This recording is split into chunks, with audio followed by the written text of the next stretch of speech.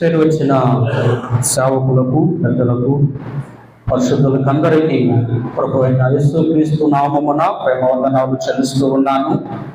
దేవుని మహాకృపను బట్టి ముఖంలో మరొకసారి మనమందరము ఈ విధంగా కలుసుకొని దేవుని నామాన్ని స్తుతించడానికి, ఆయన చూపిన మేలులను మనము తలపోసుకొని దేవుని గణపరచుటకు ఈ దినము మనము చేరవచ్చాం. ప్రేమతో ఆహ్వానించిన ముఖల్తూరు స్థానిక సంఘ సహోదరులకు అందరికీ ప్రేమ వందనాలు చెల్లిస్తూ ఉన్నాను. నాకంటే ముందుగా అనుభవం కలిగినటువంటి పెద్దలు, సువార్థికులు వాక్యం అందించడానికి వారు కూడా సిద్ధపడి ఉన్నారు. చిన్నవాడిని అనుభవం లేదు, ఆయనను దేవుని మహాకృపను బట్టి కొన్ని తలంపులు మీకు అందించాలని నేను సిద్ధపడి వచ్చాను. దేవుని వాక్యాన్ని మనము చదువుకుందాం. అపోస్తలుడైన పౌలు ఫిలిప్పీయులకు రాసిన పత్రిక 1వ అధ్యాయం. అపోస్తలుడైన పౌలు గారు ఫిలిప్పీయులకు రాసిన పత్రిక 1వ అధ్యాయము 3వ వచన భాగము నుండి చదువుకుందాం. మొదటి దినము నుండి ఇది వరకు సువార్త విషయంలో మీరు నాతో పాలువారై ఉండుట చూచి మీలో ఈ సత్క్రియను ఆరంభించిన వాడు యేసుక్రీస్తు దినము వరకు దానిని కొనసాగించునని రూఢిగా నమ్ముచున్నాను.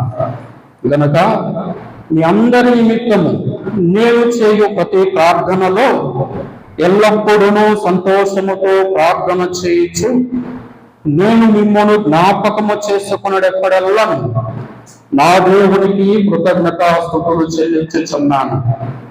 చదవబడిన దేవుని వాక్యమును పరిశుద్ధాత్మ దేవుడే మనందరి వినికిడి కొరకై దీవించి ఆశీర్వదించునుగాక. ప్రియరా, అపోస్తలుడైన పౌలు గారు ఫిలిప్పీయులకు పత్రికను రాస్తూ చాలా సంగతులను తన వ్యక్తిగతమైనటువంటి సాక్ష్యమును, అదేవిధంగా సువార్తలో తమ ఎదుర్కొన్నటువంటి సమస్యలను, కష్టాలను, ఇబ్బందులను వాటన్నిటిని గురించి తెలియచేస్తూ 2వ అధ్యాయంలో కూడా మనం చూస్తే ఏక కుమారుని యొక్క ప్రేమ, ఆయన యొక్క త్యాగము ఎలాంటిదో తెలియచేశాడు. ఫిలిప్పీయులకు రాసిన పత్రిక ఇది చెరపత్రిక అంటారు. రోమా చెరసాలలో స్వార్థ నిమిత్తమై బంధించబడి శ్రమలో ఉన్న, వేదనలో ఉన్న, కష్టాల్లో ఉన్నా కానీ అవును నేను ఆనందంగా ఉన్నాను, మీరును ఆనందంగా ఉండండి అంటాడు. నేను సంతోషంగా ఉన్నాను, మీరు కూడా ఎల్లప్పుడూ ఆనందించండి, సంతోషంగా ఉండండి అంటాడు. దేవుని సేవ నిమిత్తమై, సువార్త నిమిత్తమై ఎన్నో ఇబ్బందులు ఎదుర్కొన్నాడు, కష్టాలు ఎదుర్కొన్నాడు, చెరసాలలో ఉన్నాడు. అయినా కానీ సంఘాన్ని బలపరచుటలో వెనుదిరగలేదు. తను ఆనందంగా ఉన్నాడు, కృంగిపోయిన స్థితిలో లేదు. వాస్తవానికి చెర అంటేనే బాధపడవలసిన సంగతే. చెర అంటేనే కన్నీళ్లతో కూడినదే కదా. లోకంలో ఉన్న వారికి కన్నీళ్లతో కూడినదే సిగ్గుకరమైన సంగతి.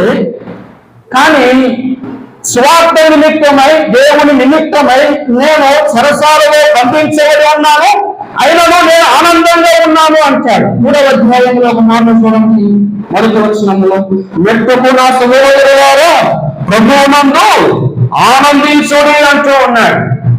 ప్రభువునందు ఆనందించుడి అన్నాడు. 4వ అధ్యాయంలో మనం 4వ వచన భాగంలో చూస్తే అక్కడ కూడా అదే మాటలు అంటాడు. మరలా చెప్పుదును ప్రభువునందు ఆనందించండి అంటాడు. ప్రభువునందు ఆనందించండి అంటాడు. 1వ అధ్యాయంలో ఇప్పుడు మనం చదువుకున్న వాక్య భాగంలో కూడా మనము గమనించినట్లయితే పౌలు గారు తన ఆనందాన్ని వ్యక్తపరుస్తూ ఉన్నాడు. అదేవిధంగా సంఘము కొరకై ప్రార్థన చేస్తూ ఉన్నాడు. అంతేకాదు కానీ దేవునికి కృతజ్ఞతాస్తుతులు చెల్లిస్తూ ఉన్నాడు. గమనించాలి. మరొకసారి చదువుకుందాం. మొదటి దినము నుండి ఇది వరకు సువార్త విషయంలో మీరు నాతో పాలువారై ఉండుట చూచి మీలో ఈ సత్క్రియ ఆరంభించిన వాడు యేసుక్రీస్తు దినము వరకు దానిని కొనసాగించునని రూఢిగా నమ్ముచున్నాను గనుక మీ అందరి నిమిత్తము నేను చేయు ప్రతి ప్రార్థనలో ఎల్లప్పుడూ సంతోషముతో ప్రార్థన చేయొచ్చు నేను మిమ్మల్ని జ్ఞాపకము చేసుకున్నప్పుడల్లను నా దేవునికి కృతజ్ఞతాస్తుతులు చెల్లిస్తూ ఉన్నాను. ఫిలిప్పీ సంఘాన్ని బట్టి వారు కలిగి ఉన్నటువంటి ఆ సత్క్రియను బట్టి పౌలు గారు ఏం చేస్తూ ఉన్నాడు? సంతోషిస్తూ ఉన్నాడు, ప్రార్థన చేస్తూ ఉన్నాడు, దేవునికి కృతజ్ఞతాస్తుతులు చెల్లిస్తూ ఉన్నాడు. దేవుడు 3 సంవత్సరాలు సంఘాన్ని కాపాడాడంటే అది దేవుని కృప, దేవుని కాపుదల. దాన్ని బట్టి మనం ఏం చేయాలి? దేవునికి కృతజ్ఞతాస్తుతులు చెల్లించాలి, ప్రార్థన చేయాలి, దేవునికి కృతజ్ఞతాస్తుతులు చెల్లించాలి. మన వల్ల అవుతుందా ముందుకు సాగను? కాదు. దేవుని కృప లేకపోతే, దేవుని దయ, దేవుని నడిపింపు, దేవుని కాపుదల లేకపోతే ఒక అడుగు కూడా మన ముందుకు వేయలేదు. పౌలు ఇదే పత్రికలు అన్నాడు కదా, నన్ను బలపరచువాణి అంటే నేను సమస్తమును చేయగలను. నన్ను బలపరిచేవాడు దేవుడే, నన్ను బలపరిచేవాడు. ఆయన ద్వారానే నేను ఏదైనా చేయగలను. పరిచయం ఆయన ద్వారానే, సువార్త అయినా ఆయన ద్వారానే, ప్రార్థన అయినా ఆయన ద్వారానే, పత్రికలు రాయాలన్నా ఆయన ద్వారానే, స్తుతించాలన్నా ఆయన ద్వారానే. మీరు ఎవరి ద్వారా కాదు, దేవుడు తాను బలపరిచాడు కనుక ఆయనను బట్టి ఆయన ఏమైనా చేయగలడు. మనం కూడా అంతే. దేవుడు ఏమి చేయకపోతే మనం కూడా ఏమి చేయాలి. ఇక్కడ చదవబడినటువంటి ఈ వాక్యంలో మనము గమనించినట్లయితే అపోస్తలుడైనటువంటి పౌలు 2వ సువార్త యాత్రలో పౌలు సువార్తను రోమాపట్టణంలో సువార్తను ప్రకటించే సందర్భంలో ఫిలిప్పీ పట్టణానికి వచ్చాడు. ఈ సంగతులన్నీ కూడా మనకు అపోస్తల కార్యముల గ్రంథం 16వ అధ్యాయం మనకు విశదంగా రాయబడింది. సముద్ర తీరంలో సువార్తను ప్రకటిస్తూ ఉండగా లూదియా అనే ఒక సహోదరి ప్రార్థన జరుగుతుందని అక్కడ కూర్చుంది. అంతే, ప్రభువు ఆమె హృదయాన్ని తెరిచాడు. ఆమె రక్షింపబడమే కాకుండా వారి ఇంటి వారు కూడా రక్షింపబడ్డారు. మొదట లూదియా ప్రభువును అంగీకరించింది. ప్రభు ఆమె హృదయాన్ని తెరిచాడు. యేసుక్రీస్తు వారిని సొంత రక్షకుడిగా అంగీకరించింది. అంతేకాదు ఆమె ఇంటి వారిని కూడా రక్షించుకోగలిగింది. అక్కడ సంఘము ప్రారంభించబడి ఇది వరకు ఆ సంఘము ఎలా ఉన్నారంట చదువుకున్నాం. మొదటి దినము నుండి ఇది వరకు సువార్త విషయములో మీరు నాతో పాలివారై ఉండుట చూచి. పౌలు ఎంత సంతోషంగా ఉన్నాడండి. అసలు చెరసాలలో పౌలు సంతోషంగా ఉండడానికి ఇది ఒక కారణం. తాను అక్షరార్థంగా సంఘము లేకపోయినా సంఘము కలిగి ఉన్నటువంటి మాదిరి, సంఘము కలిగి ఉన్నటువంటి ఆసక్తులు బట్టి చెరసాలలో పౌలు ఆనందంగా ఉన్నాడు, సంతోషంగా ఉన్నాడు. ఎందుకు? వీరిలో కలిగి ఉన్న గొప్ప లక్షణం, వీరిలో కలిగి ఉన్న గొప్ప మాదిరి. అందరి నుంచి ఏం కావాలి? నేను లేకపోయినా వారు సంతోషంగా ఉన్నారు, ఆనందంగా ఉన్నారు. ప్రారంభము నుండి, మొదటి దినము నుండి ఇది వరకు సువార్తలో మీరు పాలువారై ఉన్నారు. సువార్తలో మీరు పాలువారై ఉన్నారు, సంఘ క్రమములో మీరు పాలువారై ఉన్నారు అని చెబుతూ, మీలో ఈ సత్క్రియ ఆరంభించిన వాడు యేసుక్రీస్తు దినము వరకు దానిని కొనసాగించునని రూఢిగా నమ్ముచున్నాను. ఇక్కడ 3 ఆలోచన చేద్దాం. ఒకట టచ్ చేస్తాను అంతే. మొదటి దినము నుండి ఇది వరకు అన్నాడు. అదేంటి? ప్రారంభం. అదే కదా, మొదటి దినం అంటే ప్రారంభ దినం, ప్రారంభం అని. తర్వాత రెండవది ఏమంటున్నాడంటే యేసుక్రీస్తు మీలో ఈ సత్క్రియను ఆరంభించిన వాడు యేసుక్రీస్తు దినము వరకు దానిని కొనసాగించునని అనే మాట. అంటే ప్రారంభము, కొనసాగింపు, ముగింపు ఎప్పుడు? యేసుక్రీస్తు దినము వరకు. ప్రారంభము, కొనసాగింపు, ముగింపు. ఏ కార్యక్రమానికైనా ప్రారంభము ఉండాలి, కొనసాగింపు ఉండాలి, ముగింపు కూడా ఉండాలి. ప్రారంభము ఘనముగా ఉండాలి, ముగింపు కూడా ఘనముగా ఉండాలి. ప్రారంభించి జీవితాన్ని కొనసాగించకపోతే ప్రయోజనం ఉందా? ఆలోచన చేయండి. ప్రారంభించి జీవితాన్ని సరిగా మనం కొనసాగించుకోకపోతే, సరిగా మనం ప్రవర్తించకపోతే, సరిగా మనము పాలివారమై ఉండకపోతే ఏమైనా ప్రయోజనం ఉందా? ప్రయోజనం లేదు. ప్రారంభము సరైన ప్రారంభము ఉండాలి, ముగింపు కొనసాగింపు సరైనదిగా ఉండాలి, ముగింపు కూడా భిన్నముగా ఉండాలి. పౌలు ఫిలిప్పీ సంఘం మీద ఒక నమ్మకం ఉంచాడు. ఆ మాట నొక్కి ఆ మాటను ప్రస్తావిస్తూ ఉన్నాడు. చూడండి ఏమంటూ ఉన్నాడు, చదువుకుందాం. మీలో ఈ సత్క్రియ ఆరంభించిన వాడు యేసుక్రీస్తు దినము వరకు దానిని కొనసాగించునని రూఢిగా నమ్ముచున్నాను. అందరూ చెప్పండి, రూఢిగా. టిఫిన్ తిన్నారా లేదా? ఏం అర్థం కావడం. గట్టిగా చెప్పండి, రూఢిగా నమ్ముచున్నాను.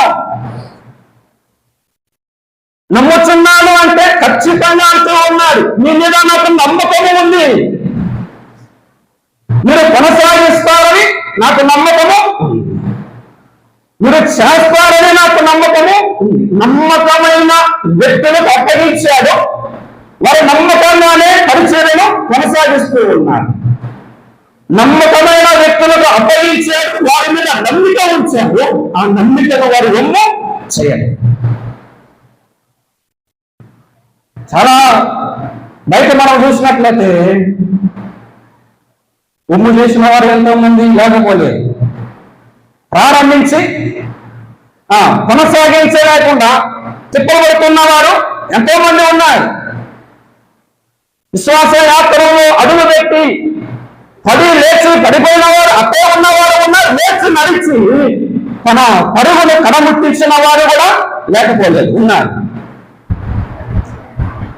మనం ఎన్నో ప్రారంభిస్తాం లేదా, డిసెంబర్ 31 అయితే ఎన్ని ప్రార్థనలు చేస్తామో, సంవత్సరానికి ఒకసారి బైబిల్ చదివిందంటే నేను ముగిస్తానని ప్రార్థన చేస్తాం.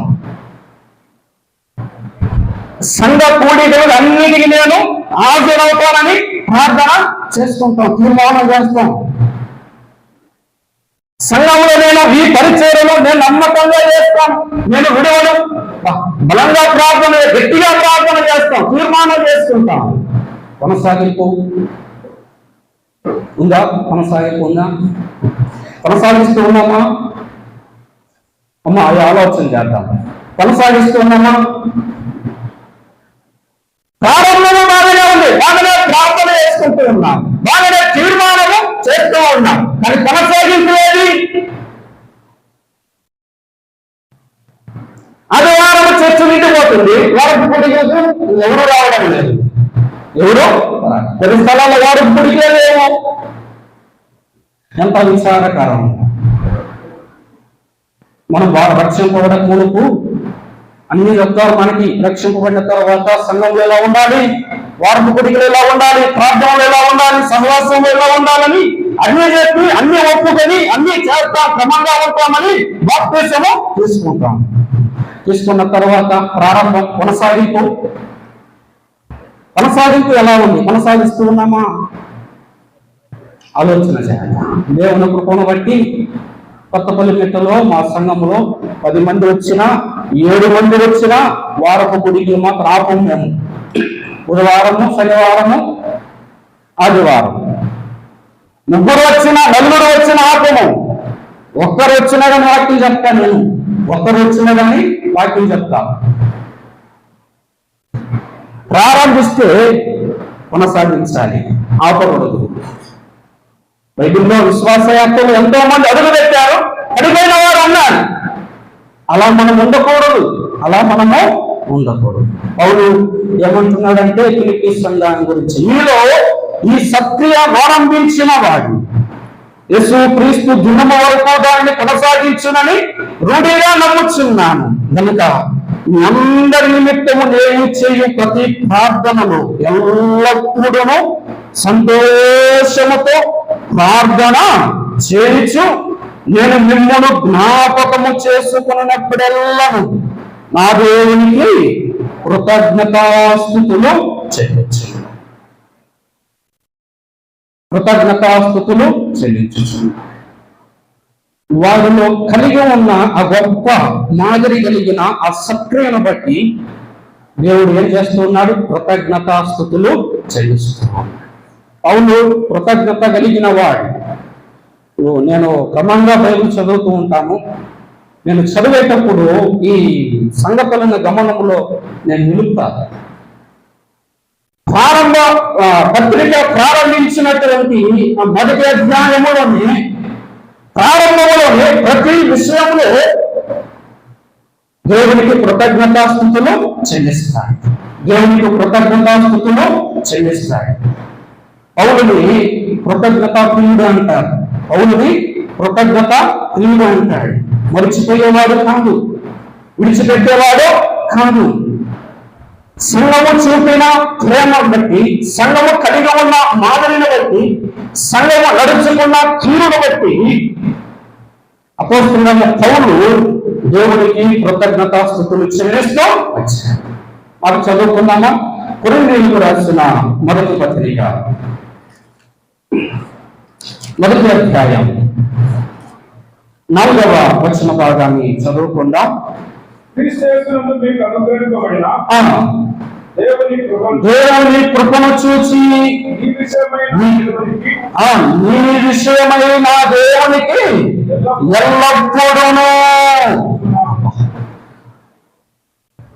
ఎల్లప్పుడూ కృతజ్ఞతాస్తుతులు చెల్లిస్తూ ఉన్నాను.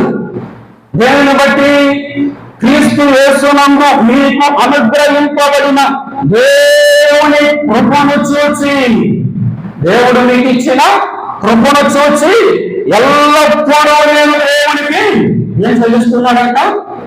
గట్టిగా చెప్పండి, కృతజ్ఞతాస్తుతులు చెల్లిస్తూ ఉన్నాను అని చెప్పి, క్రీస్తును వచ్చిన సాక్ష్యము మీలో స్థిరపడినందున ఆయన యందు మీరు ప్రతి విషయములోను అనగా సమస్త ఉపదేశములోను సమస్త జ్ఞానములోను ఐశ్వర్యవంతులైతిరి గనుక ఏ కృపావరమందును లోపము లేక మీరు మన ప్రభు అయిన యేసు క్రీస్తు ప్రత్యక్షత కొరకు ఎదురు చూచుచున్నారు.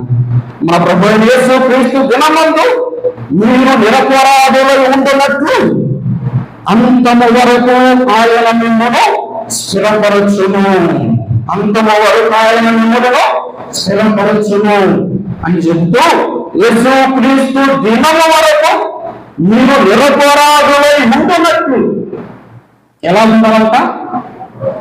నిరపరాధులై ఉండాలి. అంత మాత్రమే కాదు, ఆయన చెప్పినట్లుగా వారు అన్ని విషయములలో వారు ఐశ్వర్యవంతులేని, వరమ విషయములోను సాక్ష్యము విషయములోను ప్రతి విషయములోను ఉపదేశమందును జ్ఞానమందును వదిలేయారంట, ఐశ్వర్యవంతులయ్యారంట.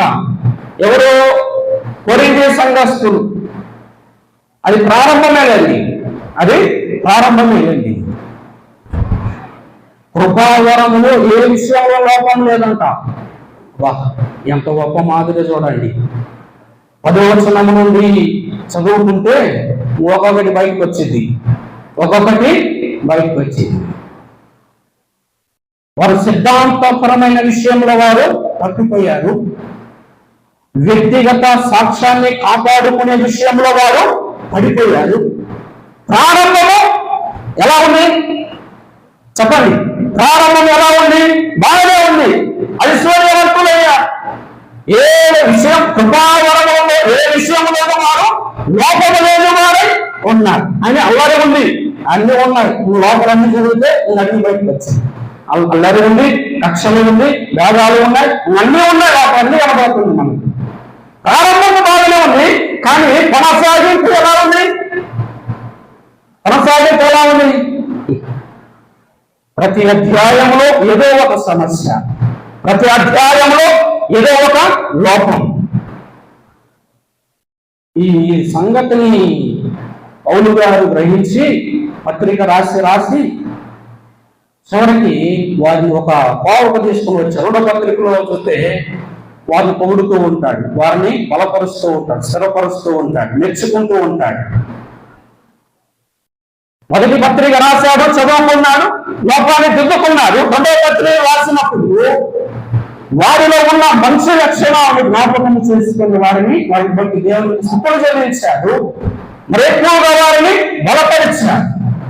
ఈ కొరింథీ సంఘం విషయంలో మనం చూస్తే ప్రారంభం బాగానే ఉంది, కొనసాగితే బాగలేదు. ముగింపు వచ్చేసరికి వారందరూ కూడా క్రీస్తును విశ్వసించారు.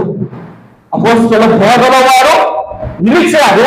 అప్పుడు కూడా అపోస్తలులు నమ్మరు. వాళ్ళు అపోస్తలుడైన పౌలుని ఇక అపోస్తలుడు అని నమ్మడు. దాన్ని స్థిరపరచడానికే ఆ పత్రికను రాశారు. కానీ ఇక్కడ ప్రారంభంలో చూడండి, వారు ఏ విషయంలోనూ లోపము లేని వారై ఉన్నారు. దాన్ని బట్టి దేవుని కృపను చూసి మీ విషయమై నా దేవునికి ఎల్లప్పుడూ కృతజ్ఞతాస్తుతులు చెల్లిస్తూ ఉన్నాను. ప్రియులారా, మన పరిస్థితి ఏంటి? మన కొనసాగింపు ఎలా ఉంది? ఆలోచన చేద్దాం. మన కొనసాగింపు ఎలా ఉంది? దేవుని నామ మహిమార్థముగా మనము కొనసాగిస్తూ ఉన్నామా? ఈ జీవితాన్ని దేవుని కొరకై సమర్పించుకొని ఆయన కొరకు నమ్మకంగా మనం జీవిస్తూ ఉన్నామా? ఆలోచన చేయాలి. తర్వాత మరో మాట చదువుకుందాం. రోమీయులకు రాసిన పత్రిక 1వ అధ్యాయం 8వ వచన భాగం. నీ విశ్వాసము సర్వలోకమున ప్రచురము చేయబడుచుండుటను బట్టి మొదట మీ అందరి నిమిత్తము యేసు క్రీస్తు ద్వారా నా దేవునికి కృతజ్ఞతాస్తుతులు చెల్లించుచున్నాను. దేవుని బట్టి చెల్లిస్తూ ఉన్నాడు. వారి విశ్వాసము సర్వలోకమున ఏం చేయబడుతుందంట? అమ్మా చూడండి, చదివేటప్పుడు చూడండి, చెప్పేటప్పుడు వినండి. వారి విశ్వాసం అంట సర్వలోకములో ప్రచురింపబడుతూ ఉంది. మన గురించి ఏం ప్రచురించబడుతుంది? ఆలోచన చేయాలి. మన సహోదరులు మన గురించి ఏమనుకుంటూ ఉన్నారు? రోమాపట్టణంలో ఉన్న సంఘము వారి విశ్వాసం అంట సర్వలోకంలో ప్రచురించబడుతుంది. వారి విశ్వాసము, వారి భక్తి, వారి కలిగి ఉన్నటువంటి ఆ విశ్వాసం, క్రీస్తునందు ఆ విశ్వాసము, వారి మాదిరి కలిగిన ఆ గుణము సర్వలోకంలో ప్రచురించబడుతుంది. మన విశ్వాసం, మన ప్రేమ, మన మాదిరి ప్రచురించబడుతూ ఉందా? మన గురించి ఏమనుకుంటూ ఉన్నారు? అది మనం ఆలోచన చేయవలసిన సంగతి. మన సంఘంలో మన గురించి, మన సంఘంలో ఉన్న సేవకులు నిన్ను బట్టి దేవునికి కృతజ్ఞతాస్తుతులు చెల్లించే ఆ మాదిరి కలిగిన లక్షణము మనలో ఉందా? అది మనం ఆలోచన చేయవలసిన విషయం. మనము కలిగి ఉన్న ఆ మాదిరి, ఆ క్రమము, ఆ గుణాలను బట్టి, సద్గుణాన్ని బట్టి, ఆ సత్క్రియలను బట్టి సంఘంలో ఉన్న పెద్దలు, సేవకులు నిన్ను బట్టి దేవునికి కృతజ్ఞతాస్తుతులు చెల్లించడానికి మీరు అర్హులుగా ఉన్నారా? ఆ మాదిరిలో ఉన్నారా? మనం ఆలోచన చేయాలి. బ్రహ్మ సంఘానికి రాస్తూ ఉన్నాడు, ఈ విశ్వాసము సర్వలోకములో ప్రచురించాలి.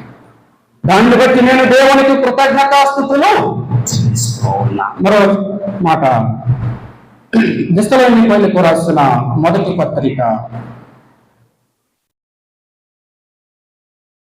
మొదటి అధ్యాయం 3వ వచన భాగాన్ని చదువుతున్నా.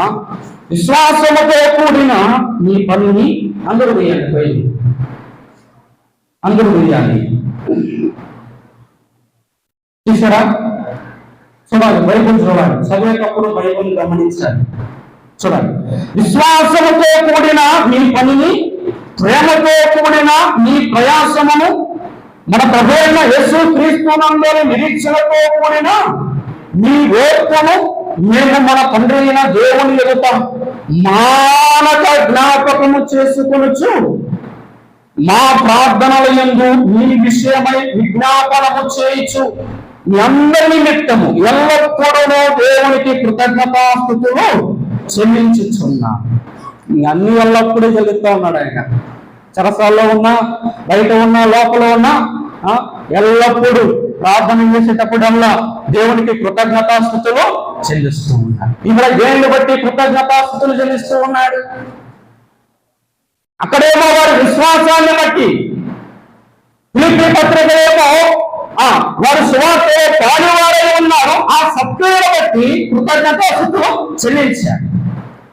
కొరింథీ పత్రికలేమో వారు ఐశ్వర్యవంతులయ్యారు, కృపావరణ విషయంలోనూ బోధ విషయంలోనూ వారు నడుచుకునే విధానంలోనూ వారు ఐశ్వర్యవంతులయ్యారు, దాన్ని బట్టి కృతజ్ఞతాస్తుతులు చెల్లించారు.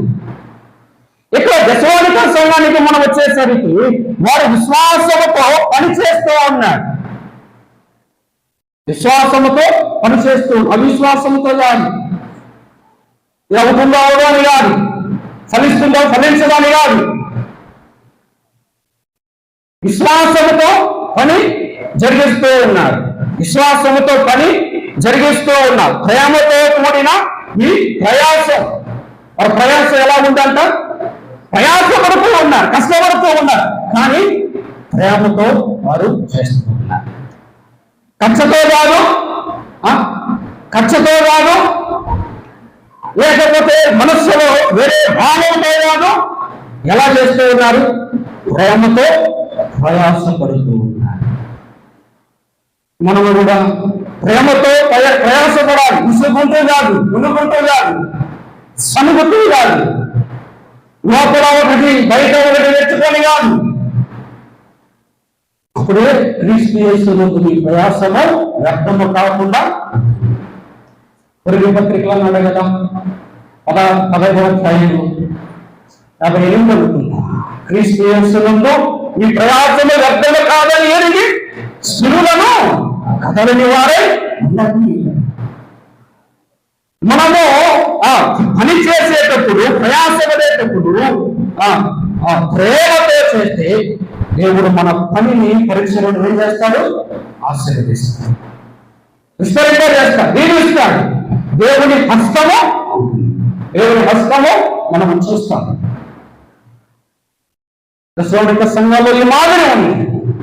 విశ్వాసముతో కూడిన మీ పనిని, ప్రేమతో కూడిన మీ ప్రయాసమును, మన ప్రభువైన యేసుక్రీస్తునందు నిరీక్షణతో కూడిన మీ ఓర్పును మేము మన తండ్రి దేవుని ఎదుట మానక జ్ఞాపకము చేసుకున్నాం.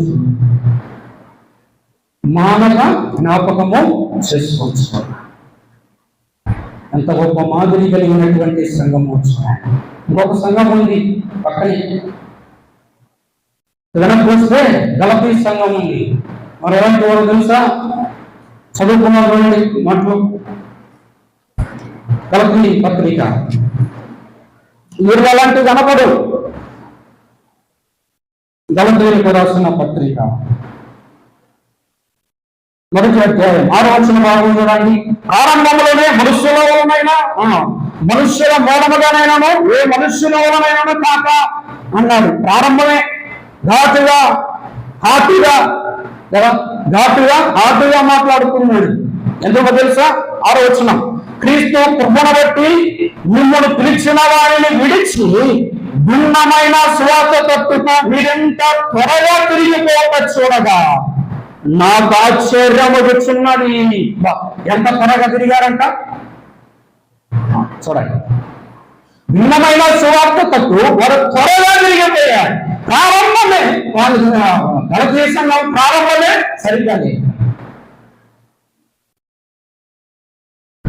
వారు భిన్నమైన సువార్తలకు తిరిగారు. సువార్తలో సిలువ ఉండడం లేదు, నాడు ఆయన మరణం లేదు, ఆయన పునరుద్ధానం లేదు. దేవుడు నమ్ముకుంటే నీకు ఆశీర్వాదం, దేవుడు నమ్ముకుంటే నీకు అన్ని ఇస్తాడు. అన్ని ఈ మధ్య కొత్త సిద్ధాంతం వచ్చింది మన ప్రవరంలోనే. డబ్బులు ఇచ్చి బాప్తిసం ఇస్తున్నారంట. అలాంటి ఉంటే నా చెవులు బిందరం అంటా ఉంది. బట్ డబ్బులు ఇచ్చి ఒక జత హోటల్ ఇచ్చి బాప్తిసం తీసుకోవాలంటున్నారంట. ఎంత విచారకరమైన సంగతి, ఎంత బాధాకరమైన సంగతి ఆలోచన చేయాలి. ప్రారంభంలో బాగానే ఉంది, కొనసాగింపు ఎలా ఉంది ఆలోచన చేద్దాం. గలతీయ సంఘము భిన్నమైన సువార్తకు తిరిగారు. జీవము కలిగిన దేవుని విడిచిపెట్టారు. ఆ సిలువలే, ఆయన మరణములే, ఆయన వేదన, ఆయన పొందిన గాయాలు, ఆయన పొందిన శ్రమలు, ఆయన మన కొరకు సిలువలే ఏ విధంగా చనిపోయాడు. ఆయన ఎందుకు ఈ లోకానికి వచ్చాడు, ఎందుకు మన కొరకు ప్రాణం పెట్టాడు. ఆ నిజమైన సత్యమును ప్రకటించకుండా దేన్ని ప్రకటిస్తూ ఉన్నారు? భిన్నమైన సువార్తను ప్రకటిస్తూ ఉన్నారు. వారు త్వరగా తిరిగిపోయారు. మూడవ అధ్యాయంలో చూడండి. ఓ అవివేకులైన గలతీయులారా, మిమ్మల్ని ఎవరు భ్రమ పెట్టేవారు ఉన్నారు, కలవర పెట్టేవారు ఉన్నారు, భ్రమ పెట్టేవారు ఉన్నారు, కలవర పెట్టేవారు ఉన్నారు. జాగ్రత్తగా ఉండాలి. మిమ్మల్ని ఎవడు భ్రమ పెట్టాను? సిలువ వేయబడినట్లుగా యేసు క్రీస్తు మీ కన్నుల ఎదుట ప్రదర్శింపబడను కదా. ఇది మాత్రమే నీ వలన తెలుసుకుని కోరుచున్నాను. ఇది మాత్రమే భిన్నమైన సువార్త కాదండి. సిలువ వేయబడినట్లుగా క్రీస్తు మీ కన్నుల ఎదుట ప్రదర్శింపబడ్డాడు కదా. మీరు చూడలేదా? గ్రహించలేదా? ఆయన ప్రేమను రుచి చూడలేదా? ఆయన మరణాన్ని మీరు చూడలేదా? ఆయన ఏ విధంగా గాయపరచాడు మీకోసం సిలువలో ఏ విధంగా ప్రాణం పెట్టాడు నువ్వు గ్రహించలేదా? ఇంత త్వరగా మీరు తిరిగిపోతారు. చదువుకున్నాను చూడండి. మీరంత వివేకులైతురా, మొదట ఆత్మానుసారముగా ఆరంభించి ఇప్పుడు శరీరానుసారంగా పరిపూర్ణులగురా. మొదట ఎలా ప్రారంభించారంట? ఆత్మానుసారంగా ప్రారంభించారు, ఇప్పుడు శరీరానుసారంగా ముగించారు. ముగింపు ఎలా ఉంది? శరీరానుసారంగా. ప్రారంభంలో బాగలేదు, మీ ముగింపు ఎవరు కావాలి? దేవుడు కూడా నచ్చదు, అవసరం. ఈ మాటలు, ఈ సంగతిని వారు త్వరగా తిరిగిపోయారు భక్తులు. కానీ ఫిలిప్పీ సంఘం విషయంలో అలా కాదు. వారు ఎలా ఉన్నారు? వాళ్ళు చదువుకున్నాం. మొదటి దినము నుండి ఇది వరకు స్వార్థ విషయములు మీరు నాతో పాలువారై ఉండుట చూచి మీలో ఈ సక్రియను ఆరంభించిన వాడు క్రీస్తు యేసు దినము వరకు దాన్ని కొనసాగించునని రూఢిగా నమ్ముచున్నాను. మీరు కొనసాగిస్తారని నేను నమ్ముతూ ఉన్నాను. ముఖ్య సంఘం కూడా కొనసాగిస్తుందని నమ్ముతున్నా. ఎన్నో సంగతులు సమయం లేదు, సిగ్నల్ ఇచ్చారు. జస్ట్ రిఫరెన్స్ తీయద్దండి, సిద్ధపడ్డ ఎక్కువ చదివి వెళ్ళిపోతా అంతే, ముగిస్తాను. వారు ఈ 3వ అధ్యాయం వచనంలో వారు సువార్తలో పాలువారై ఉన్నారు. 7వ వచన భాగంలో వారు బంధకములయందు సువార్త సత్యమును స్థిరపరచుటయందు వారు పాలువారై ఉన్నారు. 2వ అధ్యాయము 4వ వచన భాగంలో ఏదైవ కార్యములలో పాలువారై ఉన్నారు. 4వ అధ్యాయంలో కూడా వారు ఇతరుల కార్యములలో వారు పాలువారై ఉన్నారు. 2వ అధ్యాయం 22వ వచన భాగంలో సువార్త వ్యాపకముల వారు పాలువారై ఉన్నారు. సువార్త వ్యాపకముల వారు పాలువారై ఉన్నారు. 4వ అధ్యాయం 14వ వచన భాగాన్ని, వారు పౌరు శ్రమలలో వారు పాలువారై ఉన్నారు. 4వ అధ్యాయం 15వ వచన భాగం, కొరింథీయులకు రాసిన 2వ పత్రిక 8వ అధ్యాయం 1-4 వచనాల్లో వారు ఇచ్చే విషయంలో వారు పాలువారై ఉన్నారు. సువార్త విషయంలో పాలువారు, బంధకముల యందు పాలువారు, ఇతరుల కార్యములలో పాలువారు, సువార్త వ్యాపకములో పాలువారు, శ్రమలలో పాలువారు, ఇచ్చే విషయంలో వారు పాలువారు.